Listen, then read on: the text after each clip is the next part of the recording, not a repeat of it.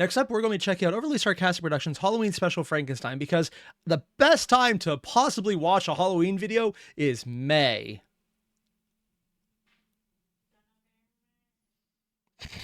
My wife is chiming in and going background. Yeah! Oh my god. So yeah, we're going to check this out. I might have an idea what we're getting into here. I know Frankenstein just in general lore from Victor Frankenstein. Sorry. As you might be able to tell, while I know the original Frankenstein, I'm more preferential to the young Frankenstein from Mel Brooks. I will confuse the two constantly. Because as far as I'm concerned, one of them is canon and the other is just a book. Is that the correct way to look at it? Yes. Yes, it is, and I will not hear otherwise. There are three classic monsters people generally think of when they think of Halloween. The first is vampires, who... There are three classic monsters people generally think of when they think of Halloween. The first is vampires, who, despite having their image revamped in a more heroic direction in recent years, have still managed to retain their... He's heroic? I thought the other guys were just bigger assholes.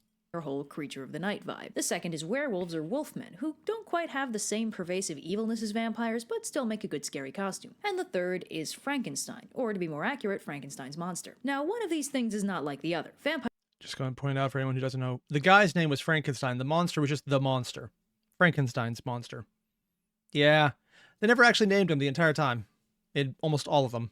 They just kind of thought it was the same person. Vampires and werewolves are groups, but Frankenstein's monster is an individual. Not only that, but vampires and werewolves have at least centuries of mythos supporting them. Werewolves as benevolent witch and demon hunters date back at least to the 1600s, and Really?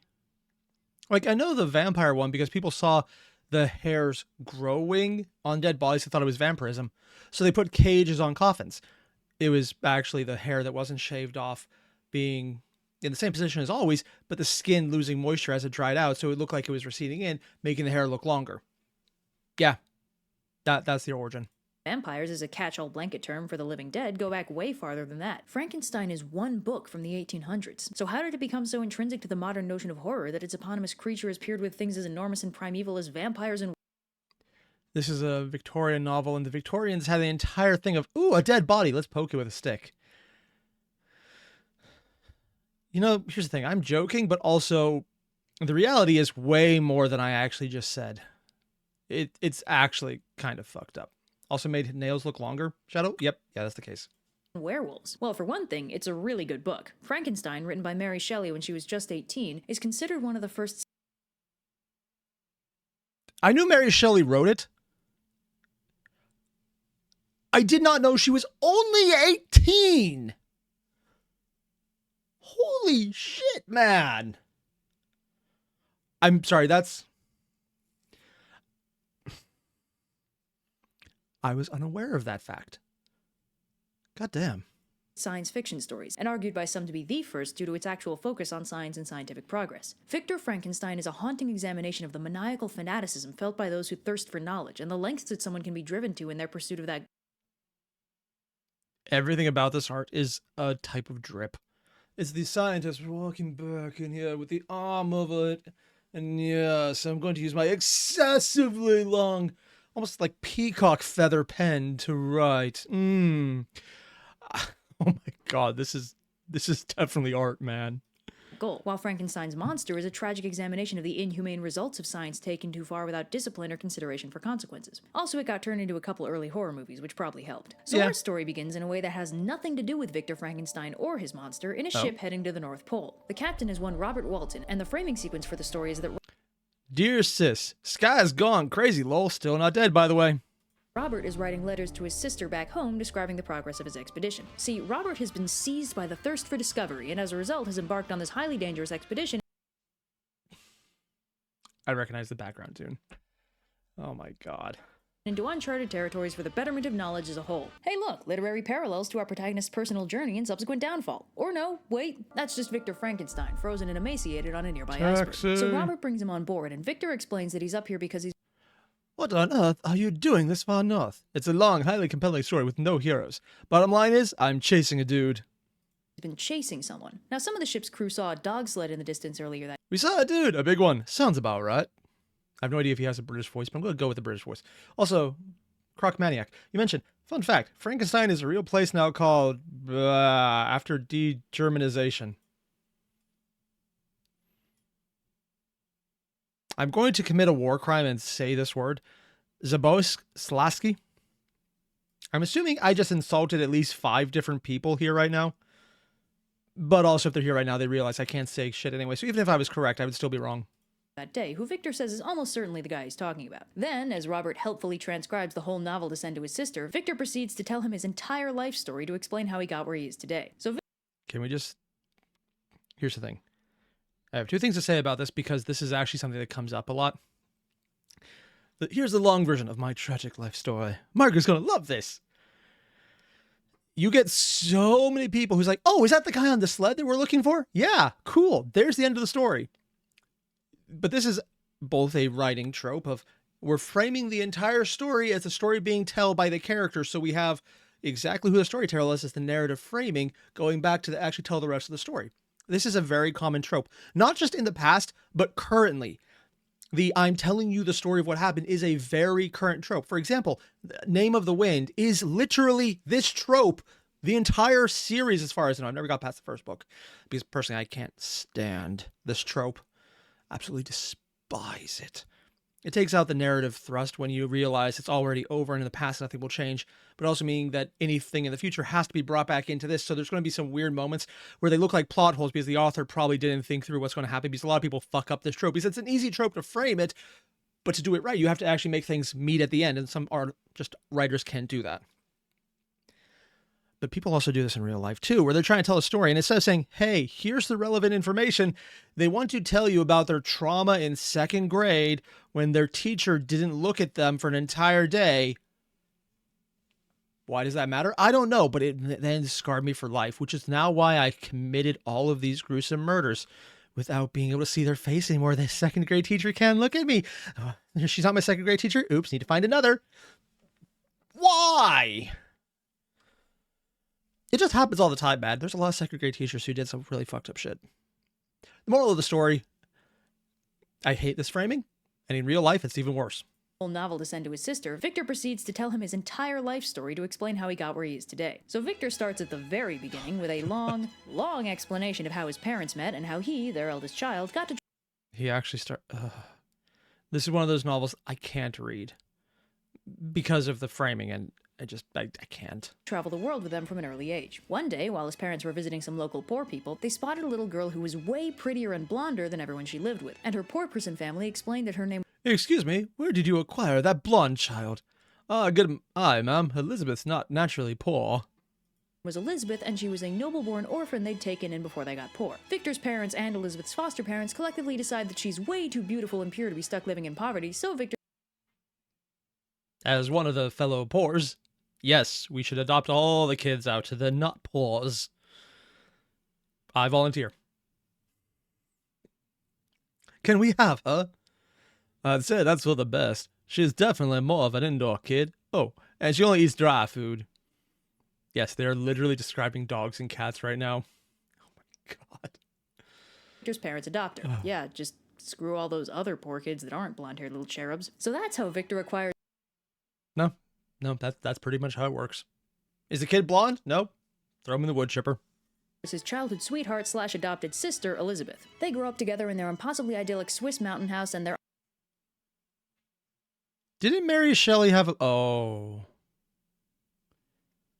Oh, yeah, is she the one who married her cousin? Yeah, let's not think about this.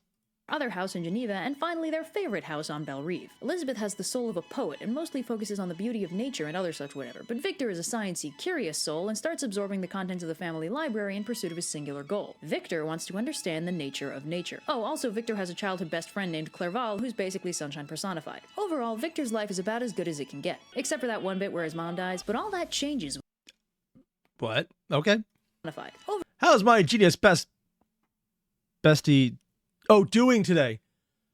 I wasn't sure what that said for a second. Overall, Victor's life is about as good as it can get, except for that one... We adopted you because we thought you and Victor would make a great couple. Always remember, I totally ship you two. This is both reasonable and definitely not coercive. Yeah. Where his mom dies, but all that changes when Victor... But then everything changed when the education system attacked. They've been to Florida. Victor goes to college. That's right, that uncle you only see at Thanksgiving was right all along. College is an evil tool of the man that changes you into some wussy, bleeding heart Cool person plus college. Totally lame-o. Probably wants to save the whales now. No, we should shave them. Give them a nice clean cut. You know, just a little off the top. They got all that hair they never get to because they, entire lack of hands. Opposable thumbs, man. It's meant to shave. version of your former self. The only way to stave off the transformation is to make sure you never learn anything outside your pre-existing worldview and refuse to adjust your opinions accordingly. Ah, I see you too live in West Virginia. Well, no, Victor's college experience isn't that kind of disappointing. But you know how every grade has that one kid who's just way more advanced than everyone else, but as soon as that kid tests into a new school environment, they're utterly blindsided by the fact that everyone there is just as smart as they are and they're no— I can honestly say I definitely have never experienced this. I've always been the dumbest person. Wait, that's not a good thing. Who am I, if not the smart kid?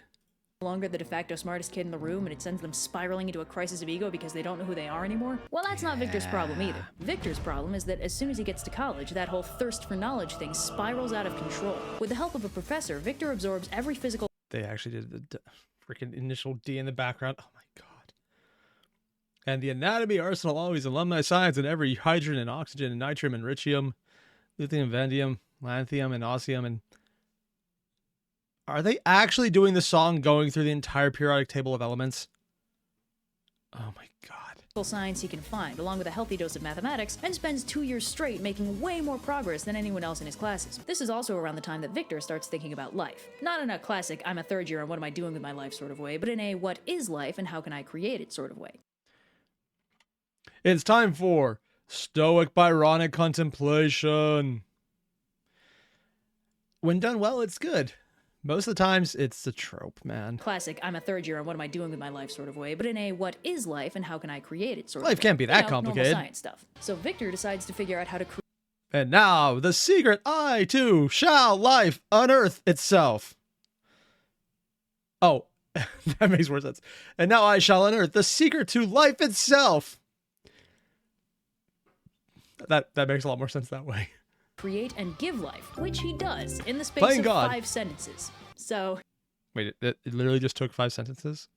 It literally took 5 sentences? Behold, Claire Crantine, I have life unearthio in the non-standard secret to manner. Behold, I have unearthed the secret to creating life in a non-standard manner. That makes more sense.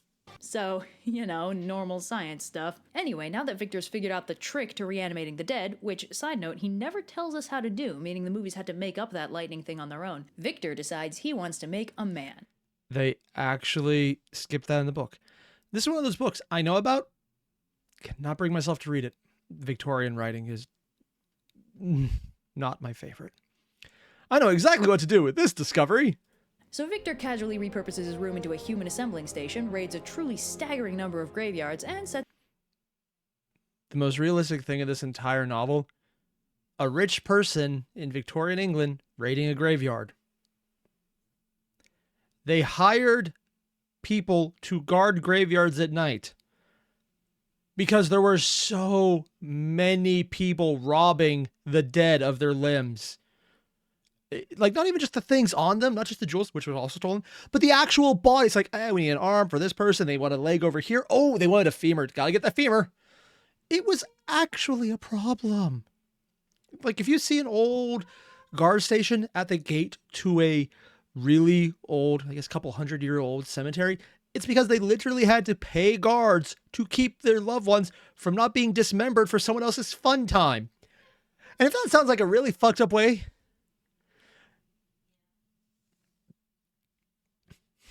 for YouTube reasons, we're going to stop there. That's about assembling his creation. This ambitious project takes him through most of a year, during which time he throws himself totally into his work, neglects his own health, and wastes away to an emaciated shadow of his former self, driven only by his burning desire to progress. Which he has been to West Virginia. Nice. is actually fairly normal for college. Finally, Yeah. November rolls around and Victor finishes Rise, assembling my his pet project, creation. a huge, beautiful man crafted from only the finest ingredients. Beautiful, man? Really? Oh. Now, if you stumbled a little on the beautiful thing, while modern movies present Frankenstein's monster as a huge, inarticulate patchwork monster, the book version is beautiful, intelligent once you get some learning in him, and Oh, I chose the wrong time to take a sip there. I nearly made... Oh, God, that could have gone so bad so fast. I was not expecting handsome Fabio Squidward.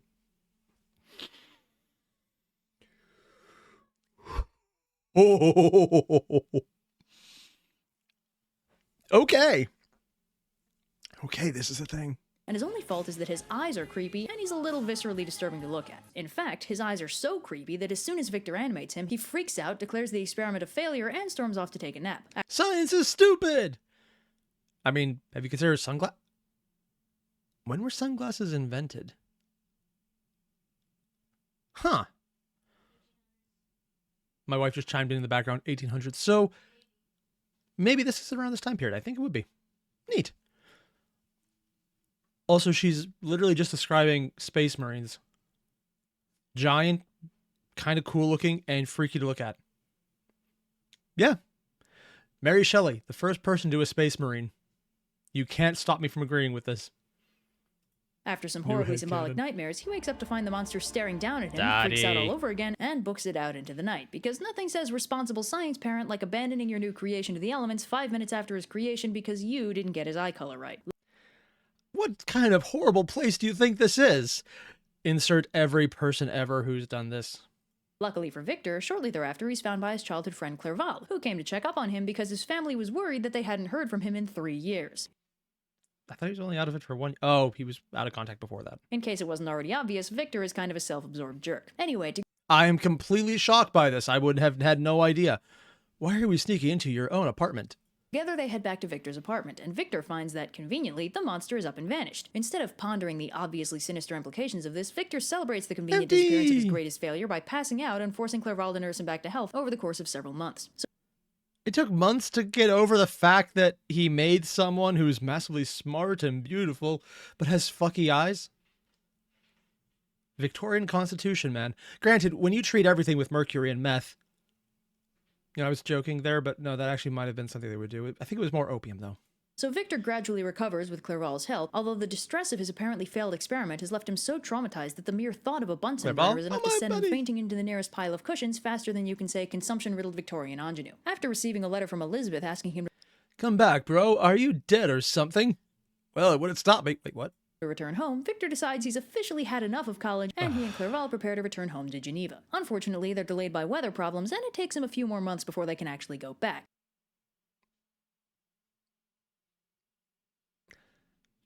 Geneva's in the mountains. I'm assuming it means snow. So we're going to be delayed. Good thing your life is so sedate and uneventful. But that's just more time for Victor to recover. And by the time Victor and Clerval are ready to return to Geneva, Victor's almost totally forgotten that crime against nature he committed that drove him to abandon science itself. But unfortunately for everyone involved, William's dead. Ah! Victor's dad writes to inform him that his younger brother William has been murdered, and Elizabeth's losing her mind over it. It's all my fault. Ah! I'm sure that's fine. Ooh, and Croc, you mentioned first sunglasses were invented in the 12th century China. Also, yes, people who say Frankenstein wasn't a monster but doctor are wrong. He was a dropout. He was a dropout?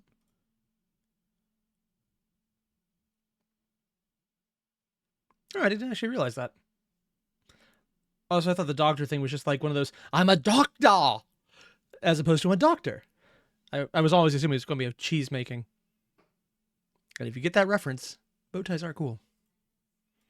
Since she'd given William permission to wear an antique locket, and it looks like he might have been killed so someone could steal it. Victor and Clerval book it back to Geneva, but when Victor takes a break to angst in a thunderstorm, he spots the unmistakable silhouette of the monster he created hiding in the trees. This is terrible news for Victor because he immediately puts together that this means his brother was murdered by something he made, making it his fault. Compounding the... Was it, though? Like, I thought the entire thing is he just assumed the monster did all that, or when he did things, it was by accident. Maybe that was one of the later movie adaptations, though. I don't know why I had this. That's the locket I gave William. You didn't. You did. The issue, the missing locket has been discovered in the possession of Justine, the housekeeper and basically a second adopted daughter of Casa Frankenstein. Although... How many adopted daughters did they have? Okay, probably a lot. She's nowhere near as blonde as Elizabeth, so obviously she's not really considered family. Anyway, Justine has the locket, so Justine is being accused of the murder. Now this is the part where Victor goes from self-absorbed jerk with no real mind for consequences to irredeemable asshole, because Victor knows Justine is innocent. Victor is very insistent that Justine is innocent, but... Wait, what did he do? Because Victor knows I just can't believe she's been framed. Oh, he actually said it. Justine is innocent. Victor is... Are you sure? I am 100% certain. Very insistent that Justine is innocent. But Victor thinks that telling anyone why That's great. Just give them your evidence. He knows she's innocent will just make him sound crazy, or worse, guilty. So instead, he keeps his... Please, I'm innocent. Oh, really? Any evidence? Ah. So he's letting his other adopted sister, who's definitely not his adopted sister, I want you to marry my son, sister. Oh yeah, that is actually part of this story. You ever make a joke, then realize halfway into saying it out loud that, no, that's correct, and then you just regret everything? Me neither, let's ignore this. His mouth shut through the entire trial, Justine's false confession, the guilty verdict, and the execution, all because...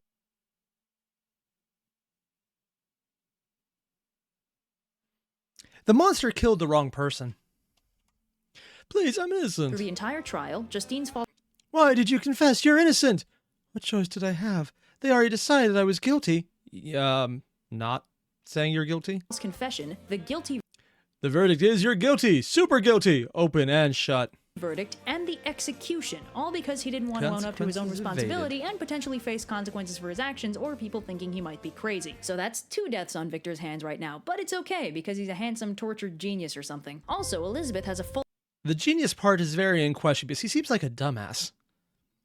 Also, just a quote here. So Airier, you made a suggestion of Mirabelle playlist and we'll put in this. Ooh, I might check that out later. Nice. And Sagittarius just comments in here that my evidence is I made it the fuck up.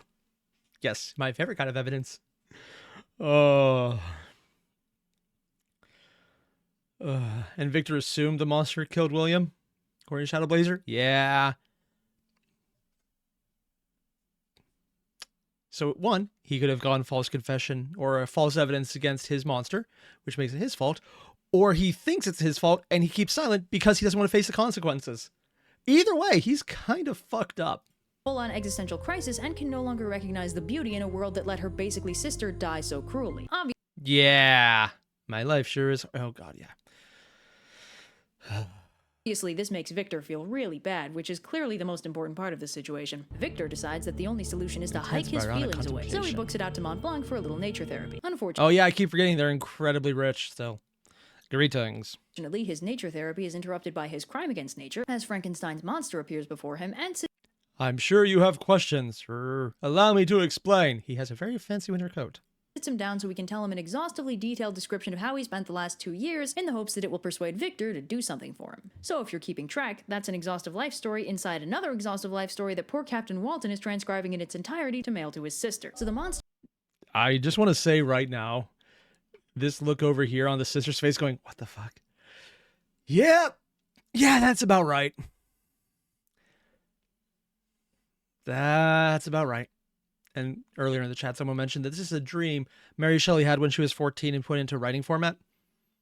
Yeah, this does seem like a lot of dream logic.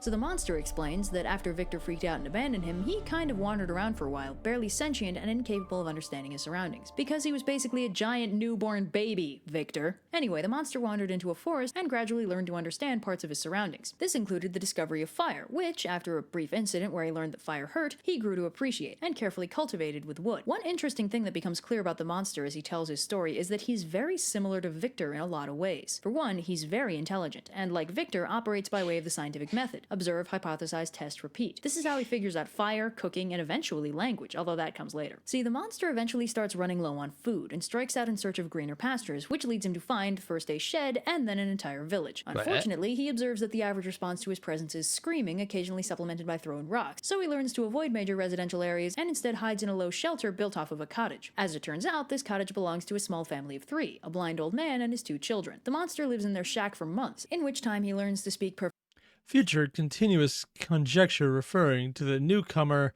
and familiar nonsense. And more says his sister. Agatha, this is Safie. She'll be staying with us. Perfect English, and also Safi? gleans the family's entire soap opera life story, which he helpfully recounts, making this an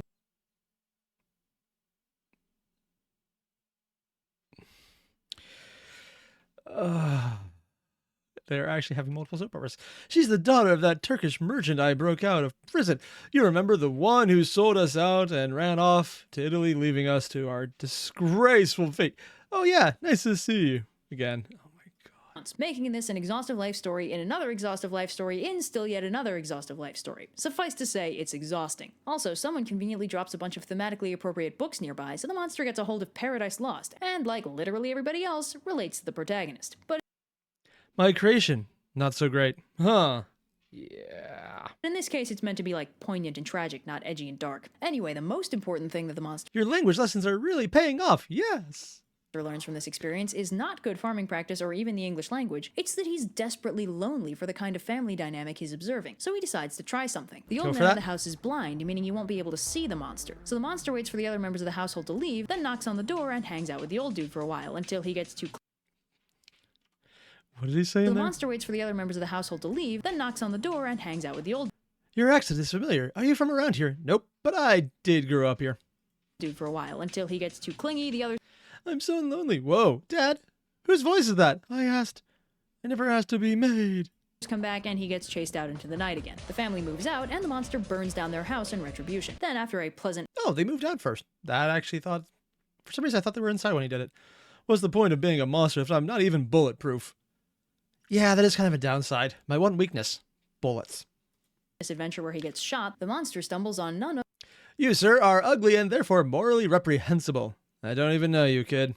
other than William Frankenstein, who made the mistake of revealing his family name, leading the monster. And suddenly, I see the family resemblance. I am William Frankenstein. I'm keeping it. I have no need of personal connections before making biting personal judgments. Oh, my mistake. Leading the monster to kill him. I do The know motivator you. there is that so far the monster has basically only ever been abused, mistreated, and abandoned. So when faced with the overwhelming cruelty of a world he can't change, he finds ways to lash out at it and comforts himself with the knowledge that he's not entirely helpless, since he does have the power to hurt the people who hurt him. So yeah, he I'm pretty sure this is basically the plotline of most movies now. Not Hallmark, but like if you're on TLC and they ever put a movie on, I'm sure it would be basically this plotline at this point. And may or may not be the point of Honey Boo Boo.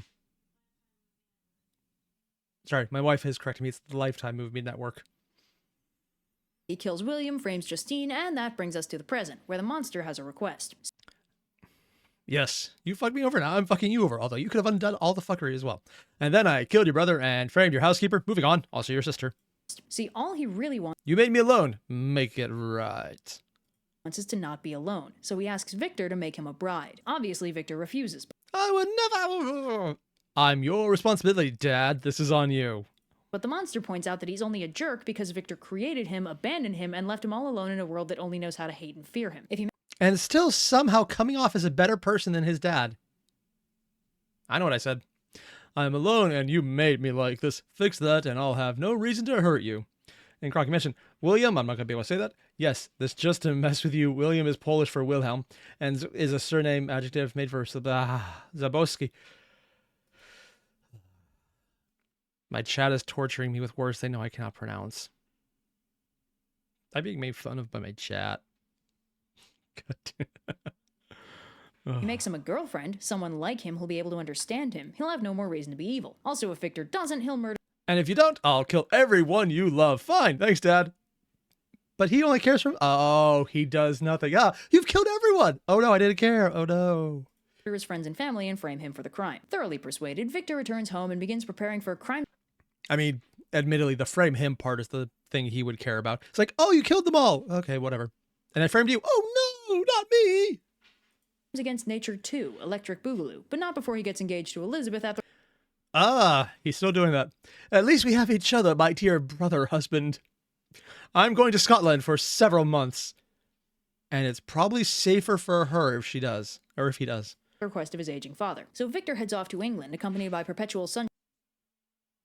They gave him the stupid rimmed plastic glasses. Why did they? Why? Why? friend Clerval, and while Clerval goes full tourist, Victor prepares to recreate the biggest mistake of his life but with boobs this time. So Victor leaves Clerval doing the Scotland tourist circuit and heads for the Orkneys, a suitably miserable area for him to mope and do science. But as he progresses, he realizes something that few authors seem to have internalized, that just dropping a girlfriend in front of a guy won't actually guarantee that they'll get along. This suggests the worrying possibility of two angry loner monsters. I am alone and friend zoned. I am alone and this creep thinks I owe him sex. Yeah. That is a thing. That is a thing. Rather than one. Or even worse, they might get along too well and create a super race of all right, children, go forth and conquer. Rawr. Monsters together. Now, while this is a medically solvable, you can't just not put her reproductive organs in. There's no time. You can just not do it. I mean, you know. Problem, Victor is too busy freaking out to remember his training, so he instead opts to do the much more rational thing and destroy the unfinished lady monster. Obviously, this pisses off the monster. Yo, what the hell, man? I shall be a matchmaker no longer. Who ominously promises Victor. She didn't need to be reproduction capable. Only a fool makes a monster. You can't Victor that he'll be with him on his wedding. You've taken my bride and my future from me, so I'll be seeing you on your wedding night. Kinky. More bases? Yeah. I told my wife I need to print more bases. Ooh, shiny? They're leftover fire. Nice. Do you have little itty bitty bases? Somewhere. I'll get them later. It's okay. My wife is doing me a favor right now and attaching bases to 3D prints like this. I don't have the dexterity to do things the small way she does, and she's awesome for doing it. But it also means I need to go print out a lot more because apparently there's a lot more than I thought. Night. Victor, being both an egotist and sorely lacking in imagination, interprets this to mean that the monster will kill him. I can draw only one possible interpretation from this threat. He wants to marry my wife, which is still somehow less disturbing than literally him marrying his sister. Yeah. Him after he's gotten married to Elizabeth, rather than the much more reasonable assumption that the monster intends to start making good on his promise to murder everyone Victor's ever loved. But Victor puts two and two together when Sir, you're super under arrest. Clerval turns up dead the next morning with Victor as the prime suspect. Victor immediately falls into a 2-month-long angst coma, seriously inconveniencing the jail, and when he wakes up, This guy is even more prone to fainting than freaking Dante in Dante's Inferno. For anyone wondering, yes, that guy does pass out every time they need to change scenery. And here's proof that my son was not on the mainland at the time of the murder. Works for me. Everything I touch dies. And if you're lucky, you would touch yourself. Wait, he what? gets acquitted, and his father arrives to take him home so he can finally marry Elizabeth, which is a very... Can you imagine if you would actually be able to tell people things so they didn't get executed for murder? Nah. Come on, son. Let's get you happily married. Splendid idea. Good idea that definitely won't have repercussions. Victor's hopeful that marrying Elizabeth will be able to pull him out of his perpetual funk, which is obviously yet more reason not to worry at all that something bad might happen to anyone but Victor, because that would require that he think about someone other than himself for 2 seconds, which obviously is beyond even as great a scientific mind as his. So Victor and Elizabeth get married, and surprise, the monster immediately breaks in and murders Elizabeth. Victor promptly freaks out and starts Whoop, whoop, whoop. Ah, yeah. chasing the monster and pursues him all the way to the North Pole. Unfortunately, it turns out it's chilly. super cold up there, and Victor immediately nearly dies of exposure. This is where and how Captain Walton finds And that's when you showed up. And he just realized there's a monster here to kill him now. Yeah.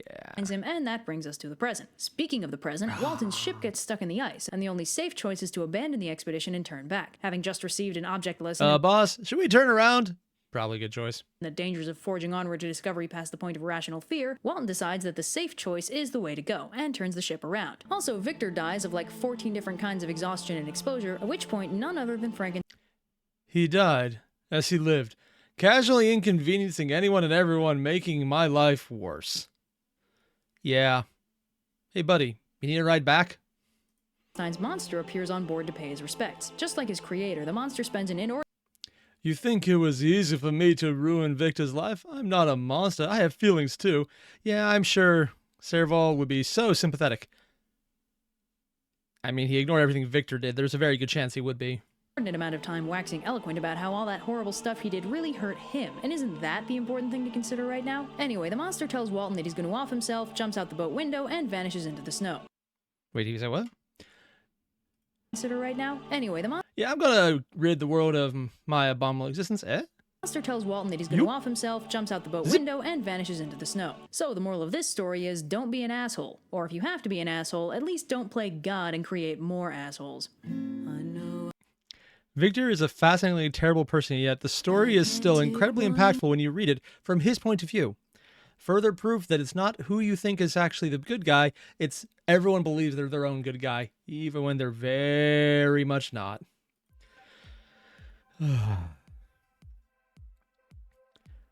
Honestly, though, I can't stand some of these novels. I like the narratives. I like what they've spawned later. But sometimes I would just sit here pulling my hair out. And again, it's mostly the framing technique. The first one pisses me off, and the various little ones underneath that I cannot deal with. On the other hand, I do love that it was written, even if it wasn't my type of thing. I have taste that are a couple hundred years later, so... Is it 200 years at? I thought it was like 150, and I guess rounding up is fine. I don't actually know when it was written, now that I think about it.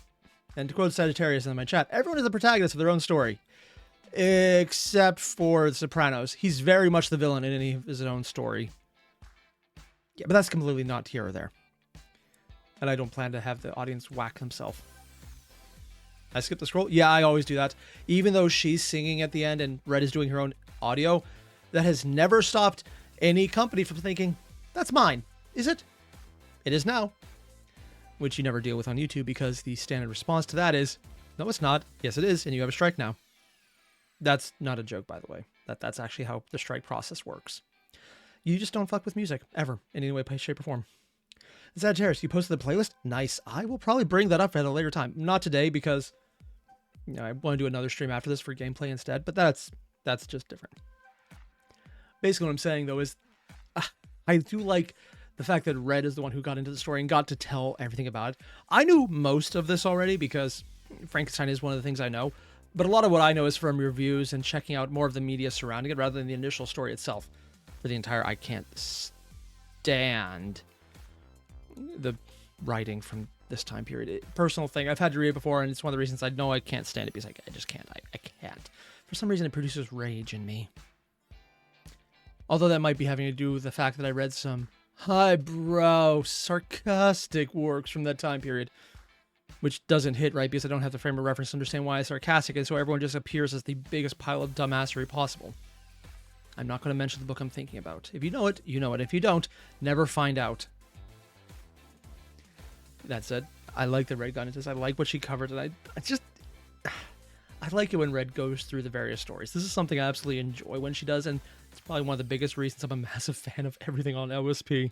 That and Blue just having so much obscure knowledge about all the old shit, which is just fun. So if you haven't already, there's a link below to the original video. Hit it up. It's OSP. It's good. You know that. Do that. I'll see you guys in the next one. Adios.